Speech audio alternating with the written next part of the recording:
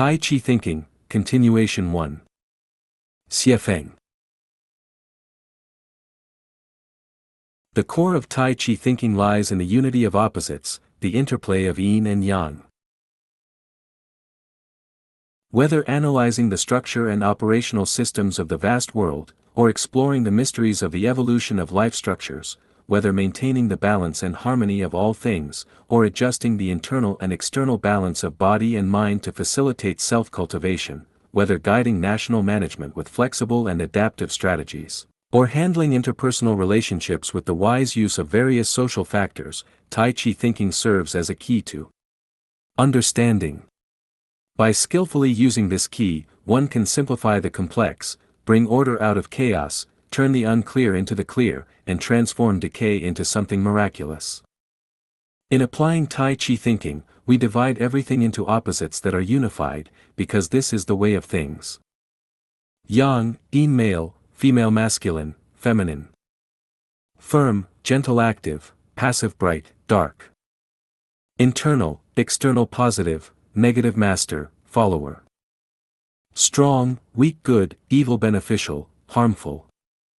Love, hatred beauty, ugliness truth, falsehood. Smooth, opposing superior, inferior. Noble, low wealthy, poor life, death.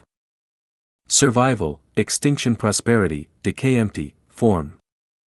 Have not success, failure gain, loss. Heat, cold clarity, impurity even, odd. Giving, taking sorrow, joy loyalty, deceit. Tranquility, restlessness honor, disgrace. Buddha, demon god, ghost.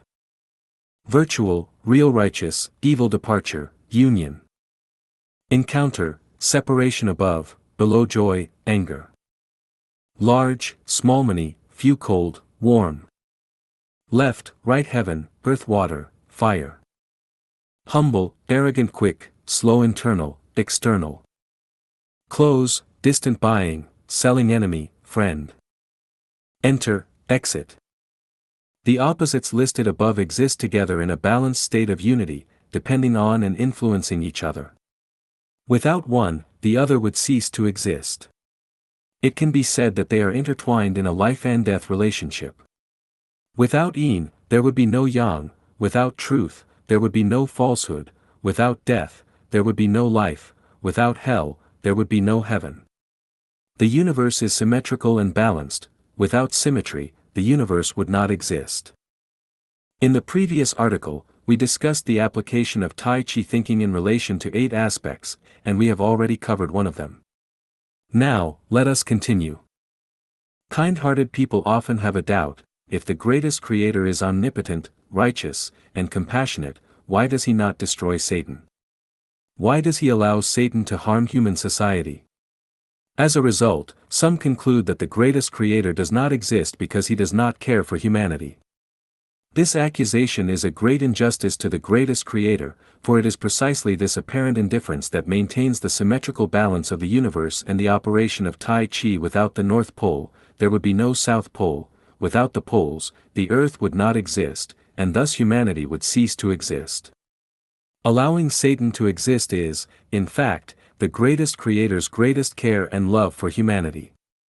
If Satan were destroyed, hell would necessarily disappear, and if hell were destroyed, heaven would inevitably be ruined, causing the entire universe to return to a chaotic, lifeless state of non-being. Generation after generation of benevolent people have sought the path to equality among all beings, aiming to eliminate distinctions between high and low, rich and poor. This noble ideal, while admirable, is contrary to the principles of Tai Chi. I once thought about putting my gardener on an equal footing with me, allowing him to write this article on Tai Chi thinking, while I cleaned the courtyard, washed dishes and clothes, and let him accompany my friends on a trip. I would watch over his house and courtyard. This would eliminate the distinction between the gardener and me in terms of status and wealth. However, this would decrease efficiency. To have him write this article, it might take him several years, and I would not be able to maintain the courtyard as clean and orderly as he does. Reality has shown me that if we want everything to be in order and to maximize human intelligence and talent, we must assign work according to individual abilities. Each person should be positioned according to their strengths. If roles are artificially swapped, inefficiency will follow. A lion would go hungry, while a squirrel would be overfed. This is a tremendous waste of both human and natural resources. Chinese culture has a deeply ingrained mindset: worry about inequality rather than poverty. If one is rich, all must be rich; if one is poor, all must be poor.